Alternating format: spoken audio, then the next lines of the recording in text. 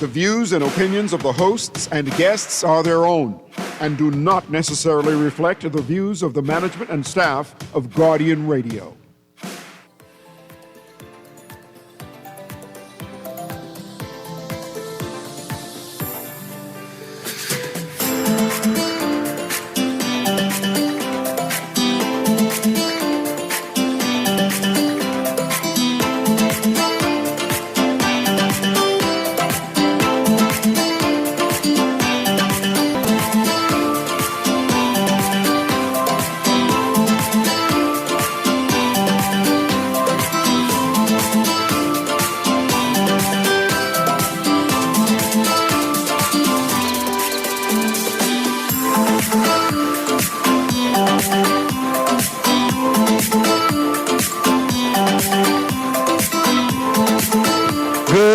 Welcome to Guardian Radio AM. Today is Wednesday, November 12th, and it's a little after 11 o'clock in the morning. Once again, this is C.A. Newry, and I shall be your host for the day. Today we're talking about diabetes. Today we're talking about diabetes because this month, November, is Diabetes Month. I have a doctor here, right? I have a nurse here. I have some parents here, but we are concentrating on a particular type of diabetes today. We ain't concentrating on diabetes 2 because diabetes 2 is people like me. We're talking about diabetes 1, which I am not familiar with because these are people who are born with diabetes. And it normally impacts children. I mean, of course, the children grow up to be adults, right? But imagine you're a parent, right? And you go to various clinics, whatever it is, and they tell you your child have diabetes and your child is 3, 4, 5 year old. What do you do? What do you say? Right? And me being a diabetic and trying to traverse that and appreciating the impact of how it impacts me as an adult. And I'm trying to say, how does it impact children? Right? So that's what I'm concentrating on there. Kids with diabetes, type 1 diabetes. And as we celebrate in Diabetes Month, we have Nurse, what is your name again? Come closer to the mic and tell me your name again. Good morning, Bahamas. My name is Lindy Anna Raming. I'm the president of the Bahamas Diabetic Association. There is a diabetic association where you can get support and education. Be advocate. Be and counsel. I want Nurse go in detail about that. So now tell me about the organization. What's the board? What is the purpose, objective of it? How long it been in existence? So the listening audience who, especially again, we're talking about children. We concentrate today. Today, even though it's Diabetes Month, we're talking about one particular diabetes. We're talking about today. And I want to give us as much information as I can before I go to the doctor and for her to give details on what is her association with all of this. But go ahead, tell me about the organization. So the Bahamas Diabetic Association was established in 1986, and it's been a member country for the International Diabetes Federation. So in 2020, the former president died, and it was reactivated by myself and a group of friends. So in 2023, I became the president of the Bahamas Diabetic Association. Our mission statement is to assist persons living with those who are at risk for diabetes and those who have diabetes, any type of diabetes. So we are the mothership. And time it was DRI, which was a company that assisted persons with type 1. They don't exist anymore. So the Bahamas Diabetic Association, our goal is to be able to be that one-stop shop where we'll do research, where the government can find out statistics, how much the need for the country. Right now, we're the 5th leading cause of that. So therefore, we're just so happy to have all on board. The children with diabetes, the diabetic educators is another arm of the Diabetic Association. So together, we are one. And I'm just so happy this year we came together. I tell you, the Lord just worked, so we came together and met Dr. Chisholm, and she said, listen, I can do more than just be a member. And we just started the Kids with Diabetes Association. Really, Rotary gave $200, and we started our meeting in March. And we've been going on. We have our summer camp. We had our first summer camp. And just to be a support group, you should see it. the support group for the parents and the children to let them know they're not alone. So we're just happy to be one, and we want more. We want CGMs, we want everything to assist persons living with diabetes. Type 1 and type 2 all need help. Okay, and before you go on, before I speak to Dr. Chisholm Smith, right? How do people get in contact with your organization, and just in case they want more support and information? I want to have that information out ahead of everything. We have on Facebook, we have the new Bahamas Diabetic Association on Facebook. Our number is 828-4194, or you could call me 424-2019. We're looking for more assistance so that the association office at St. Gregory Anglican Church can be open every day. We want to be able to continue to put on classes. We have 9 weeks of wellness classes. We have trained persons. We have a multidisciplinary team. However, persons need to be paid. So we have this 9 weeks of wellness. We want to, as persons be diagnosed with diabetes, we want them to come to classes and learn. Diabetes can be better managed. Whether it's a child, whether it's an adult, we can manage better. So treat up the child in the way it should go, although it's type 1 and they're insulin dependent, they could be more healthy and have less side effects. Type 2 could be better managed, and we don't have to have all those side effects. We don't have to expect. We want people to know it's not a life sentence. It's not a death sentence. So as a nurse, I'm an educator. I was trained in diabetes. I'm certified diabetic. And I have 37 years as a nurse. I'm also addiction trained, gerontology trained, and psychiatric trained. So I'm here and I'm looking at the whole man. So as a leader, we cannot just be an association. No, this ain't no social club. This is all about how you can stay well, lifestyle changes, whatever we could do. So we do counseling, we do support group, we do education, and we do advocating. And so we're going to advocate and tell the government realize that more funding need to be done to the diabetic, for persons living with diabetes, those who are at risk for diabetes. We need more funding. Okay, we're going to come back to that because we can lobby for that today on the station. But let me introduce to you to Dr. Chisholm Smith. You can grab your mic right there, right? I have a narrative of the difference between a type 1 and type 2. I know we're concentrating on type 1 today, but I want to listen to the audience to appreciate what it is. I want to have some symptoms, explain the symptoms, so when you say time to go to the doctor and check, right? I want some, let's say cures or things that you should be doing if you get diagnosed. So you have at least 5 minutes worth of talking right there about type 1, type 2, symptoms, right, what we should be doing. And then tie that into the conversation we have today about this type 1 and the children that we have in studio. I know you're one of the leading pediatricians in the Bahamas, right? It's the plug, right? So I'm glad that you're here concentrating on with the children again with this type 1. And I want also later on in the conversation transitioning from a child with type 1 to an adult with type 1. I've never met an adult with type 1. Is that a thing? Is that a thing? I've never seen an adult. I had children. So I also want a narrative on what you mean by type 1 and you're an adult. But see all that information I want you to do? So without you start, just the difference so people can appreciate exactly what it is. Go ahead. I just need to hear you. Sorry. Okay. Good morning, Bahamas. Like Mr. Newry said, or CA, Dr. Chisholm Smith, one of the pediatricians, and I'm the medical lead for the Kids with Diabetes Support Group. So in regards to type 1 versus type 2 diabetes, both type of diabetes, the problem is you have elevated sugar.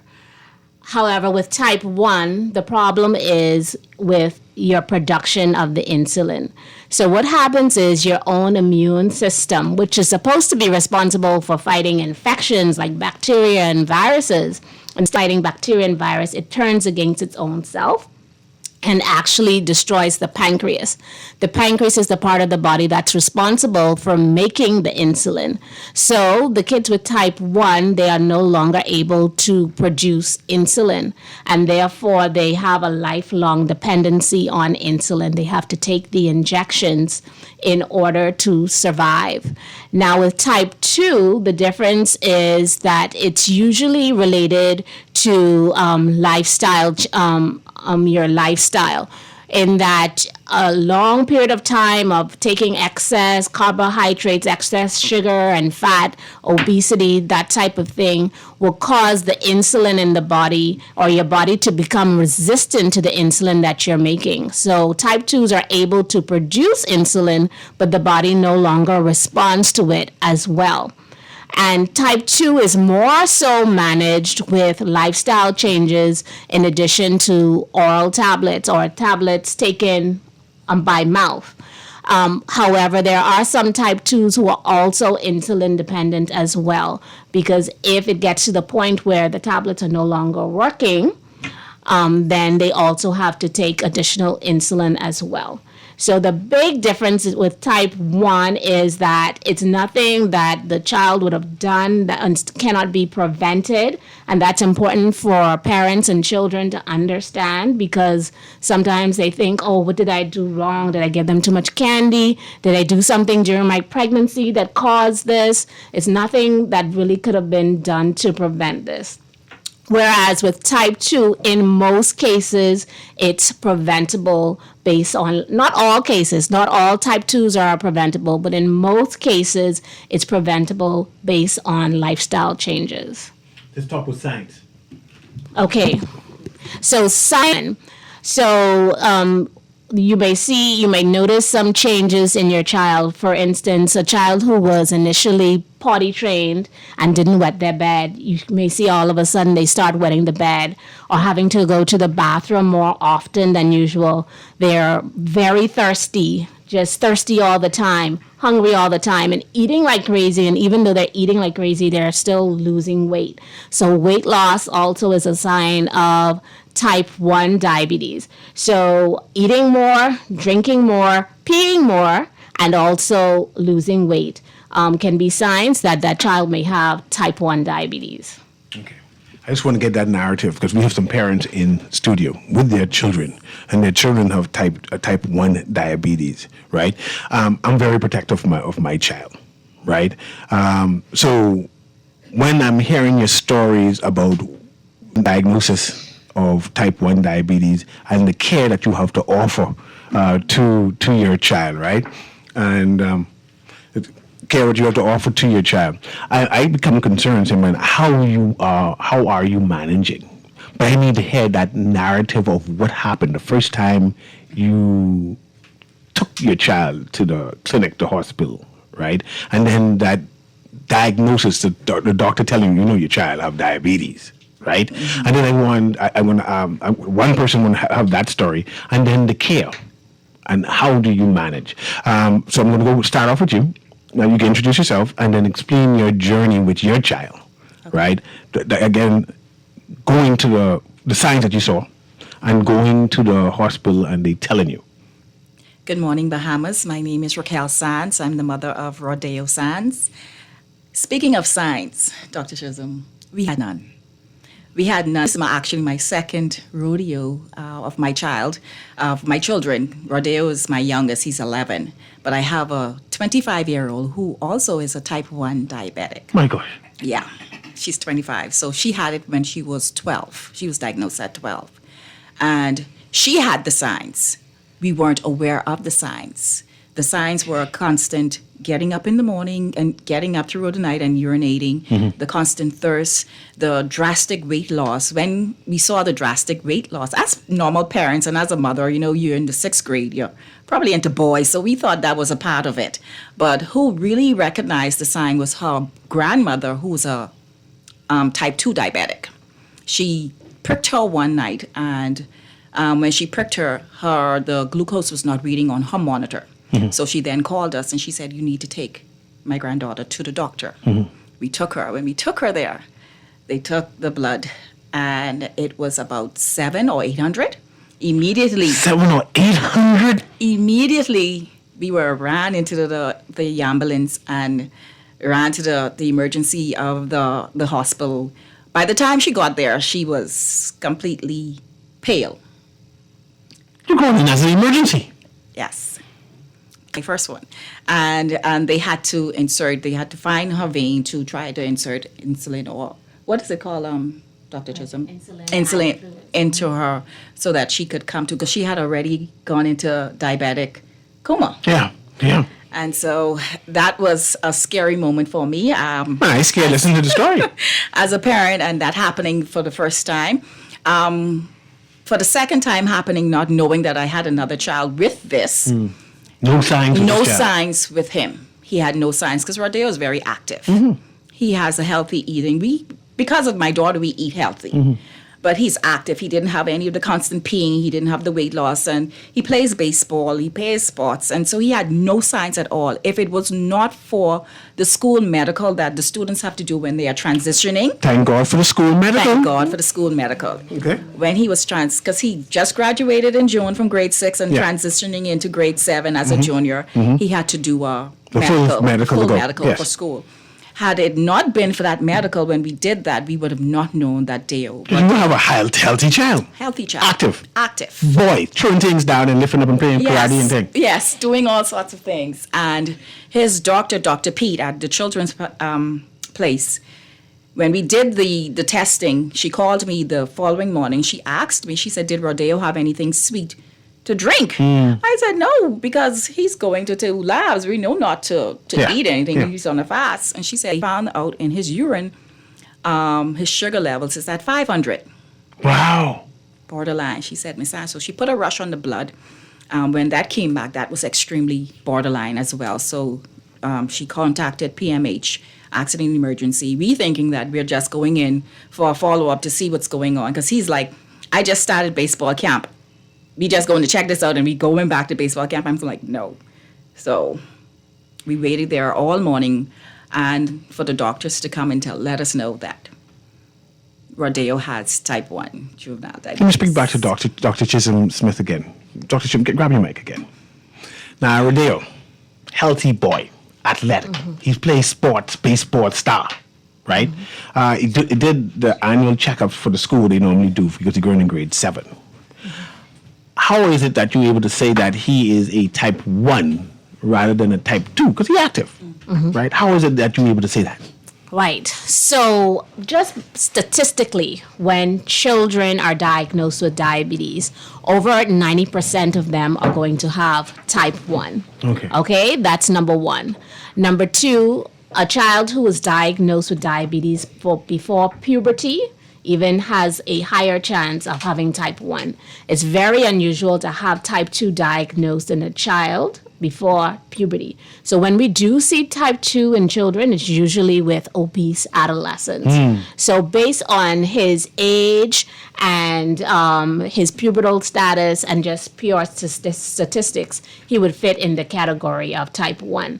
But we do go on and do confirmation tests where we test for those antibodies. Remember, I said that type 1 is your own body fighting against itself. So there are something called antibodies that we test for to confirm that the diagnosis is type 1. So now we have another parent in here, and again, parents. I want to have both of them to speak. Now, a different question. Your child has been diagnosed with type 1. I want to understand the care, because I'm trying to picture me every so often injecting myself and testing myself, the constant care of that and looking for numbers. You having a young child. How old are you? 8 years old. Small, petite. How do you take care of him in terms of making sure he check for his sugar? Pricking him all the time, because I can't picture you pricking this child all the time to talk about you check sugar. I want to know that care. What is it that you do? How do you educate your son to make sure that he takes care of himself also? Because you're not with him all the time. And then we go to your husband and speak to him also about him being a man with a boy child. Responsibility to make sure he plays sports, to do what I call man stuff. And now he has a child who has type 1 diabetes. How does this impact him being his manly self, this daddy self, right? How's that? But go ahead, tell me that narrative. Good morning, Bahamas. My name is Desiree Smith. I'm the parent of Karen Smith. It still is hard, but managing his diabetes, talking with his doctor. She guided us along the way, Dr. Chisholm Smith. Well, we do prickings 4 times daily. You prick him 4 times? Yes. You's a monster. For for pre-breakfast, pre-lunch, and pre-dinner, pre-bedtime, for bedtime as well. Why so many times? Because we have to make sure that we know how much his glucose is before he eats. Let's go And through that routine. You prick him early in the morning. What you looking for again? We're looking for a glucose between 70 to 110. If it's high, what do you do? We pull back on his carbs. We pull back on whatever he eats. So if his normal breakfast every morning is grits and tuna, then we know, okay, well, we're not going to give him that grits and tuna this morning. We're going to give him something else. Like what? With low carb, like a low carb. Reason why I ask is because I got to evaluate for myself too. High numbers, what do? You cutting out the grits and tuna. We cutting out certain things. We just cutting back on it and Okay. giving him portions. Okay. We portioning it. We be counting the carbs. We got to do carb counting to make sure that it adds up to his glucose, to add up to his insulin that we're going to give him. Okay. He's also on a sliding scale, so we also use that sliding scale. And for snack, we give him, if his sugars are high for that morning snack, for snack time, make sure that it's 0 carbs for snack time. What kind of snacks you give him for 0 carbs? Well, boiled egg. Okay. We give him ham and cheese wrap. Stuff like that we give him. We cut out. So the doctor has explained to you things that you can do and Yes. snacks that you Yes. can eat Yes. and lunch and stuff like that. Yes.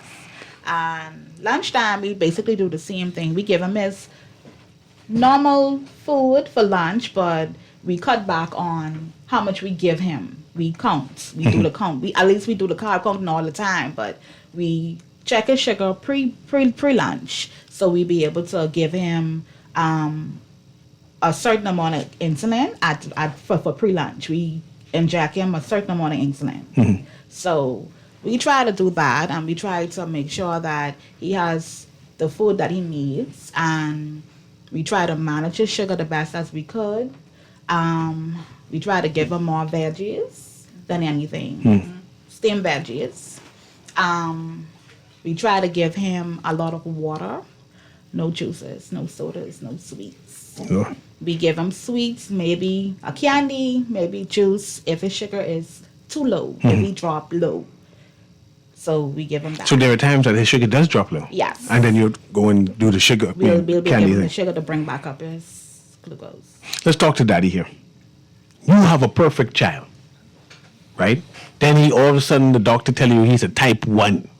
You already have goals and objectives for him in terms of playing sports. You know, that man thing. Boy, come, let's just do these things together. As a parent, as a male man, right? Trying to make sure he get all of these things you got to instill in your boy child. And knowing that he's a type 1 diabetes.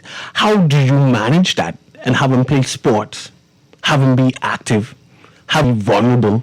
You know, he's a vulnerable child. Like, as a man, how you manage with that? Morning, Bahamas. Corey Smith, father of Cameron Smith. I mean, yeah, when it first happened, you, like, you know, what you expect him to be doing or stuff like that. But, I mean, as it go on, you still gotta watch him when he doing certain things. I know certain sports he would like to play.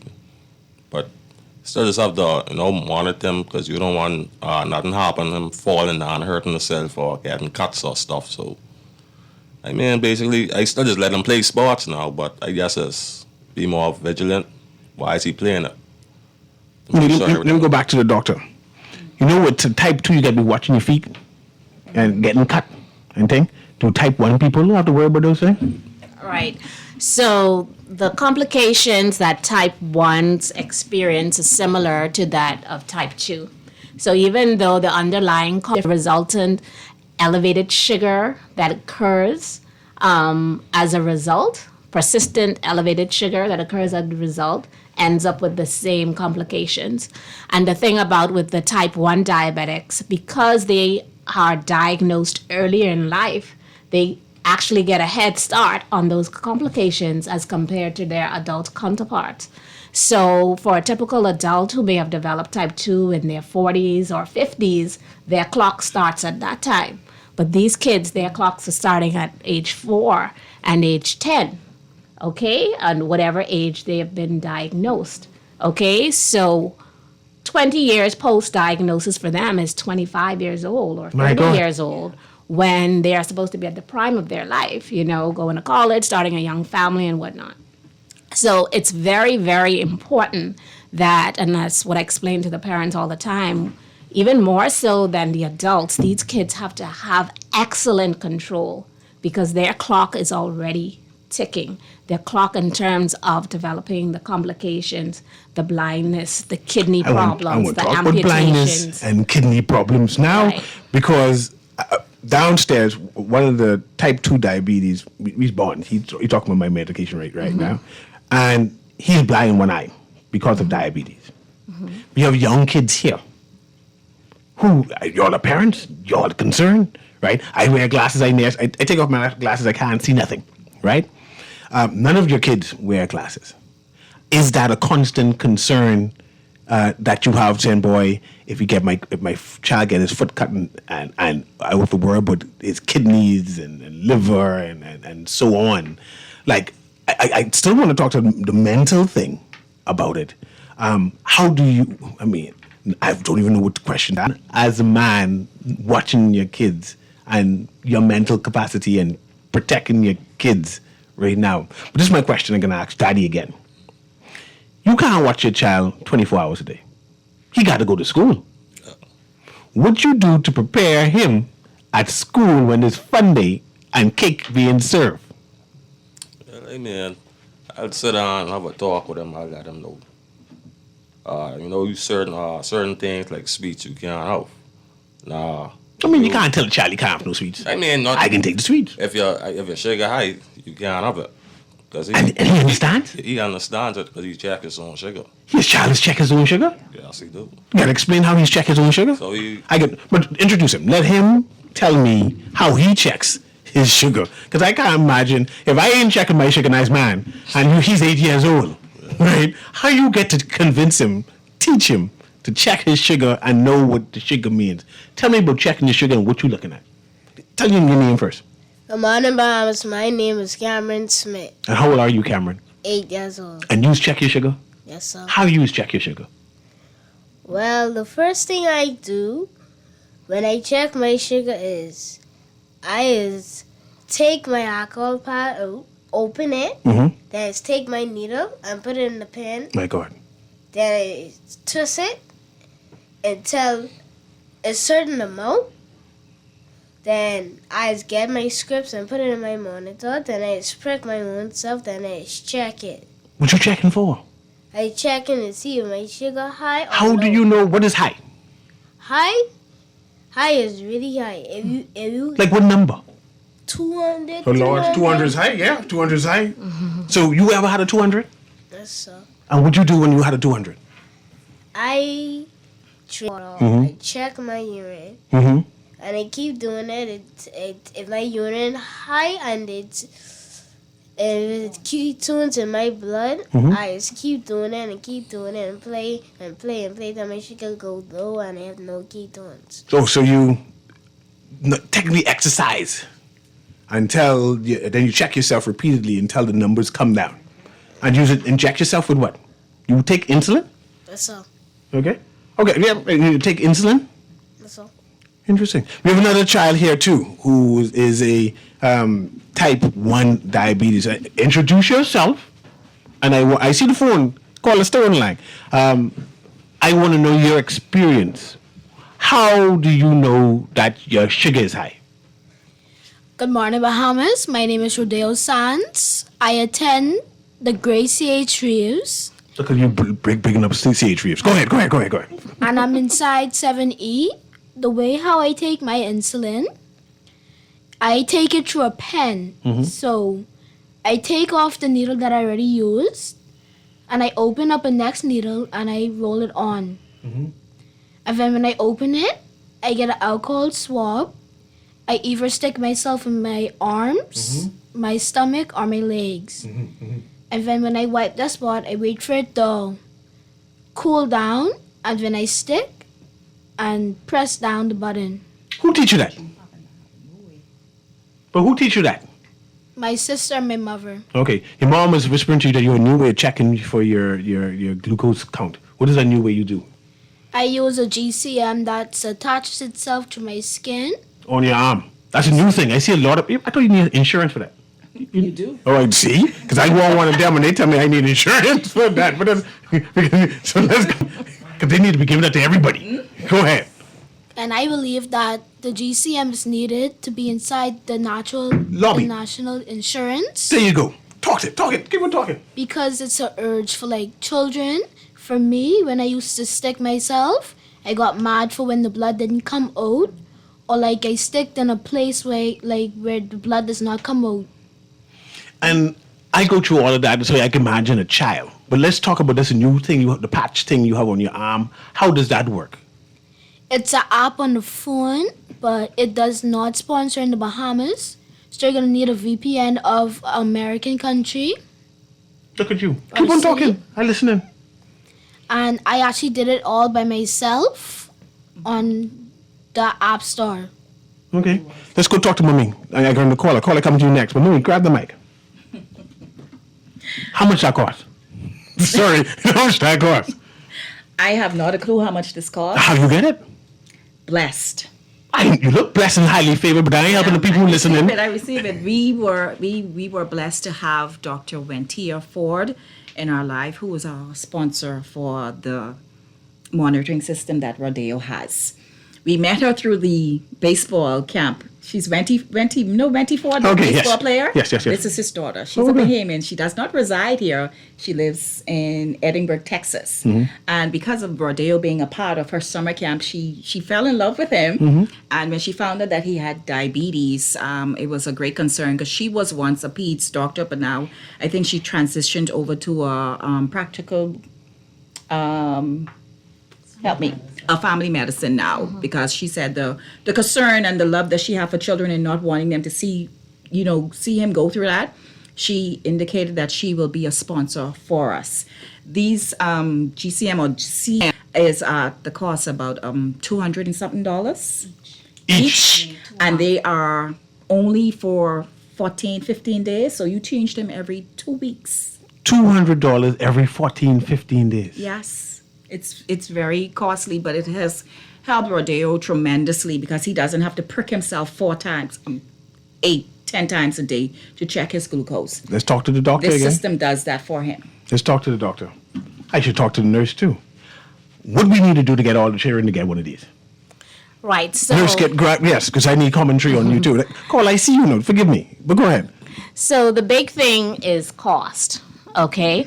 But however, when you look at healthcare and healthcare systems, you have to look at what you're saving down the line. I get no money to save.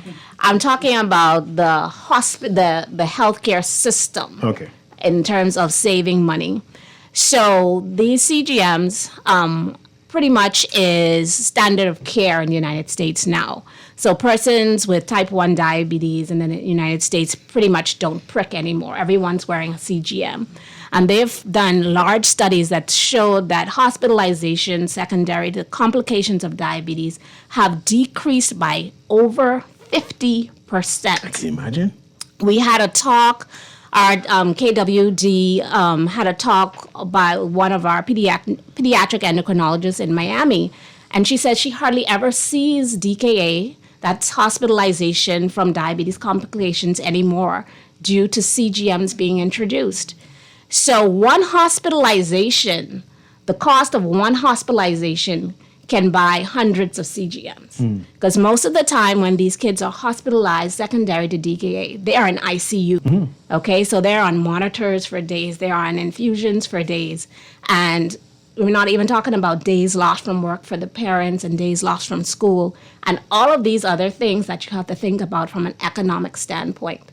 So persons in government and the decision makers have to take these things into account when they make decisions. So yes, maybe it's $400 a month per child, but that's retail. So if you have a whole country that's purchasing these, then you have purchasing power, and you can get them for a cheaper price, right? And so I do feel that the exchange that we would get with having these kids on CGMs would be very beneficial to the healthcare system at large. And of course, it's a game changer for these kids and their quality of life if they're able to have them. Nurse, give some commentary on it. Looks like we need to contact Kiwanis and Rotary to say help, because our government needs support. But go ahead. Yes, we this is what we're advocating for. We need, you can imagine, train up the child, right? The child grow into an adult. You can imagine they going through adolescent phase and have to deal with diabetes also. And then they grow into adulthood. No 80-year-old supposed to be going through this. And the thing about it is, when they turn 18, they ain't no longer on the health plan. Oh, of course. To get the insulin thing free, it's either you covered under 18 or over 65. So that working class person, if you don't work for government or have insurance, you on your own. Do I buy medication or buy food? Do I pay my rent? And all the complications. So you could imagine if everyone, when I went to Thailand to the conference, everyone had CGM. I said, Lord, I want that for the Bahamas. I want that for us, because guess what? We'll have a healthier nation. It'll be less amputation and all the side effects. Less persons on dialysis. So needed to give the parents peace of mind. Give the peace of mind. Some school wouldn't even accept them. Yes, I can imagine. You can imagine. As a teacher or educator, I would be defensive too now, because I'm responsible for your health. Fair. And the fair, right? And going back to the parents, I'm calling you to call now, because once I see you bring up, I'll stop everything, because we're going to take a quick commercial break soon. But so now is the call. As a parent, right? You entrusting your child to take care of themselves. Mm-hmm. Like I said, I defensive when it comes to my children, right? How comfortable you are to say, send them to C.H. Reeves and say, man, don't worry, he's straight, right? Fun day come, he's straight. Very confident, very. I have a strong village there at, as Rodeo say, the great C.H. Reeves. So the school got to be involved. The school has to be involved. Everyone needs to be informed of his condition, just in case something happens, they are aware. And that village of the principal and the vice principal there, Mrs. Bow, who is always checking in on him. She calls him her grandson. So with the CGM, I think he had an incident where he was in the classroom and it was ringing off. He had a low. What do you mean ringing off? He had a low sugar. What you mean ringing off though? What rings off? Because of the app. He set up the app. When his sugar is high or low, it sends an alarm to the phone. Like a ping, ping, ping, ping. A serious alarm. At that time, when Rodeo was low in class, he turned off his phone because he said he didn't want to be disrespectful and have it on. But it's very important that he has it on because he could have dropped. And when he noticed the sign that his sugar was dropping, he took her. And she fussed him and she told him, you need to have this on at all times so that we can know whether you're going in a high or a low. That's how important that CGM is. And so I'm thankful for his village, the vice principal, his teachers, even his classmates there at CH. I'm going to the next parent. You know your nurse at the school too? Yes. They active and like explaining things and whatever? Very active at Faith Week for Student Academy. Very active. We have a nurse that is very caring, loving to Cameron. She checks on him in the morning when he comes. She checks on him for pre-lunch and she checks on him after school. Okay, that's good to know. Also the principal, vice principal, everyone in the office, and the teachers. And these people aware of what diabetes is, type 1, type 2, and stuff like that? They understand it? The nurse To a certain point. Yeah, but I think education needs to be done. Yeah. Let's go to this caller here, then we'll take a commercial break there. And you're having a big event happening soon. So let's start talking about that big event. And I need to lobby for the Rotary and for the Kiwanis to try get, what the thing called again? This thing we need everybody? CGM, it stands for Continuous Glucose Monitor. Oh, well, the caller hang up. That's coming to you, caller. The caller hang up. So let's take this commercial break. Doc, you know I can ask you what that thing name again, right? because I want Rotary, so I can keep on calling their name. Rotary and Kiwanis need to partner with the government now to get enough. These private organizations, these big investors. Yes. We need to get them involved. So we need you to lobby and to remind them that the price of it is how we can buy these in bulk for our children. We need to find out, when we come back, how many Bahamian children have type 1 diabetes. What numbers are we dealing with, right? This is Guardian Radio AM with CA Newry. It's Diabetes Month. We're concentrating on kids living with diabetes in the Bahamas. I just found out that there's a whole, what that thing is again, Doc? CGM. That they can get. We need to get it in the Bahamas. We need these NGOs to commit and helping the government to get these things. We have two brave young men in studio who are dealing with type 1 diabetes, and they're telling their journey on what they got to do every day, what their parents got to do every day in order for them to live a good quality of life. We're going to be right back.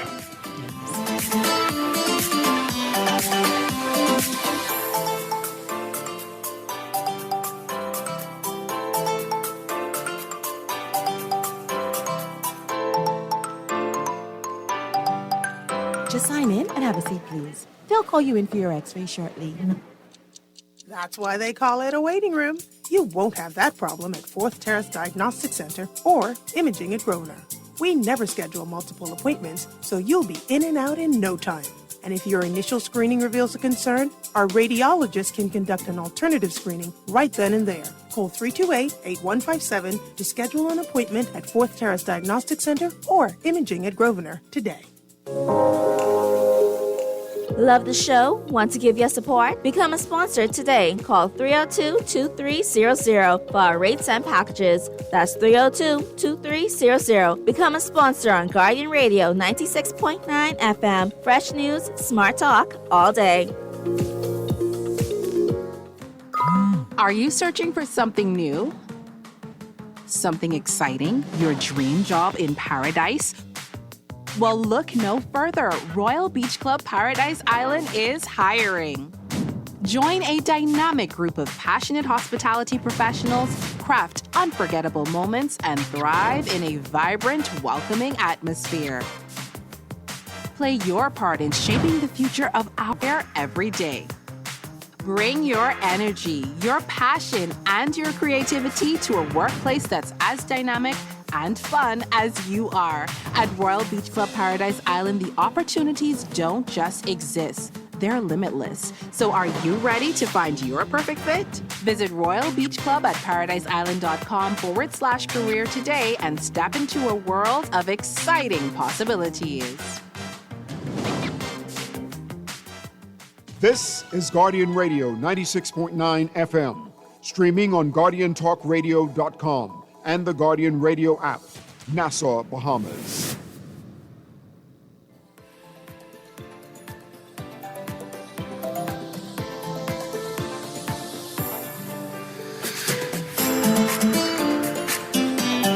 Starting 2, 3.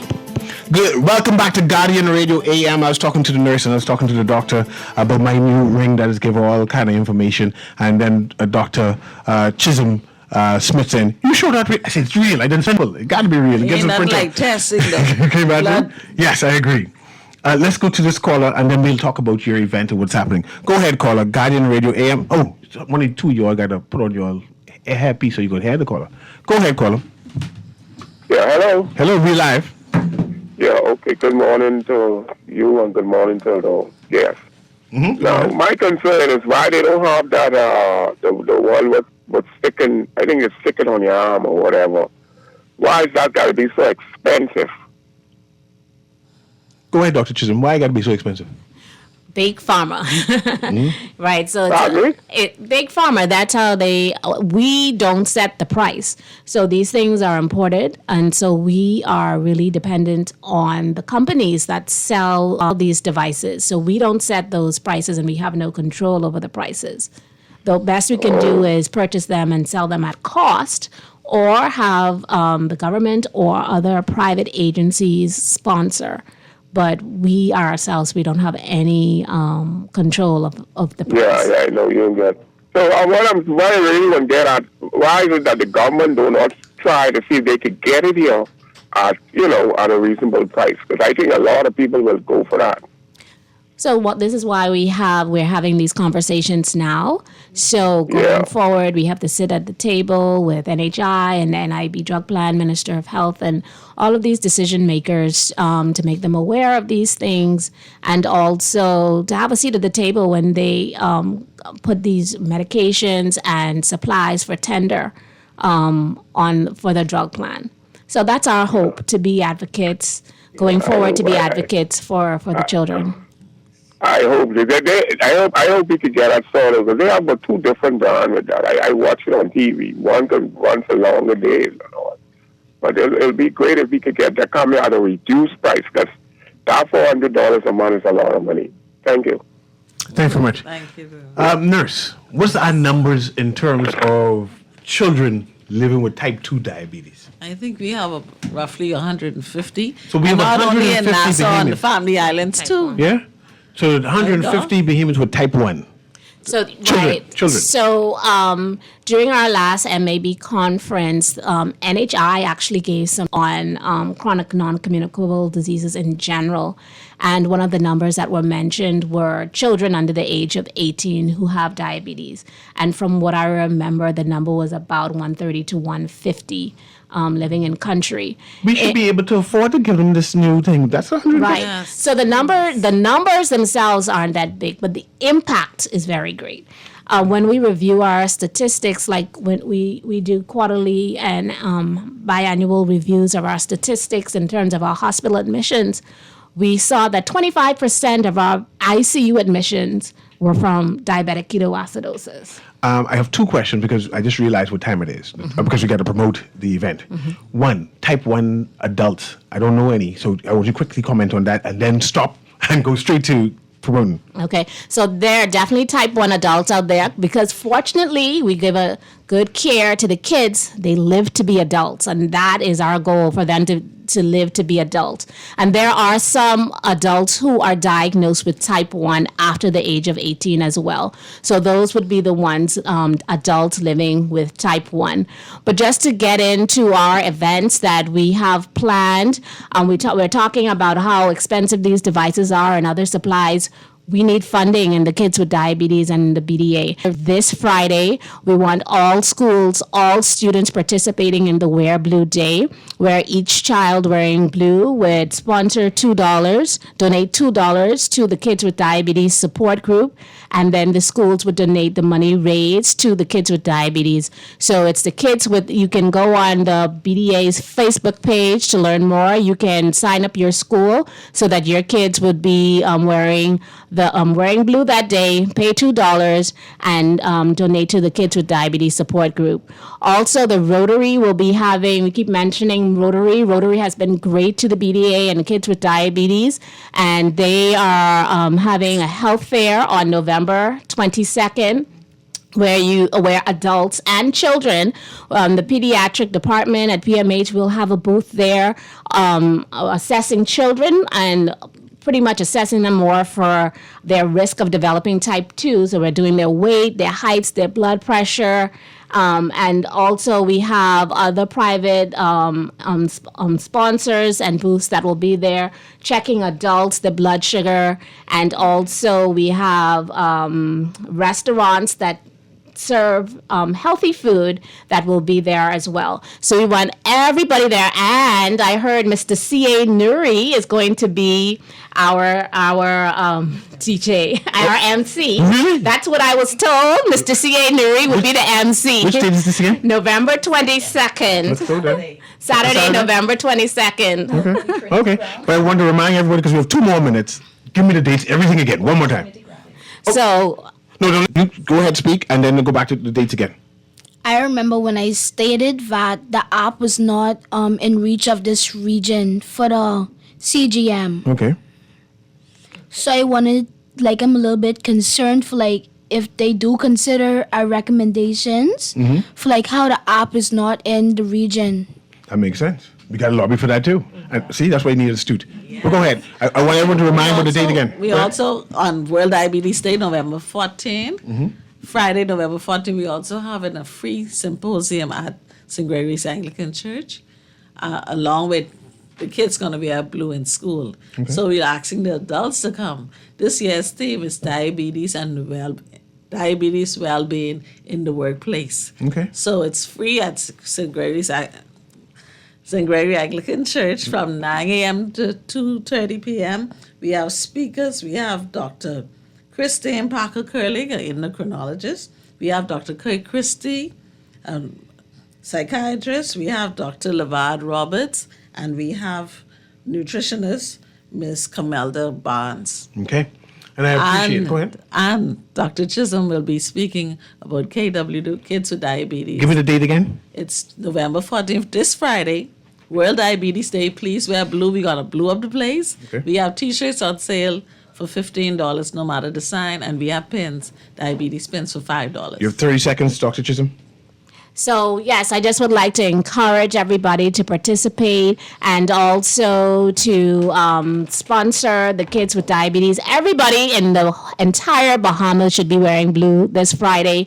I think it's safe to say that just about everybody has been affected by diabetes in some way, whether it be an adult or a child. So let's bring awareness to this very important disease. And everybody, please attend our health fair on November 22nd at Holy Trinity Anglican Church. And where do I buy it from? At St. Gregory, or just call me 424-2019. I got my car full of shirts. And then Dance for Diabetes is Saturday. There's Dance for Diabetes now? Yes, they also supporting us. And that's this Saturday? That's Saturday at Goodman's Bay. Goodman's Day? Yes. Okay. And your phone number for the call about that? 424-2019. This has been Guardian Radio AM with C.A. Newry. Thank you very much, ladies and gentlemen. And for the two brave young men who's in studio, be trailblazers. I'm very impressed and proud of you that you're able to test yourself and protect yourself and move forward. Thank you very much, parents, too, for your support of them. I mean, this is tremendous. Thank you very much, nurse. Thank you very much, doctor. Thank you for having us. My pleasure. And tell Miss Bristol I say, I guess I'll be MCing something on the 27th. Have a wonderful day. Guardian Radio AM. Thank you.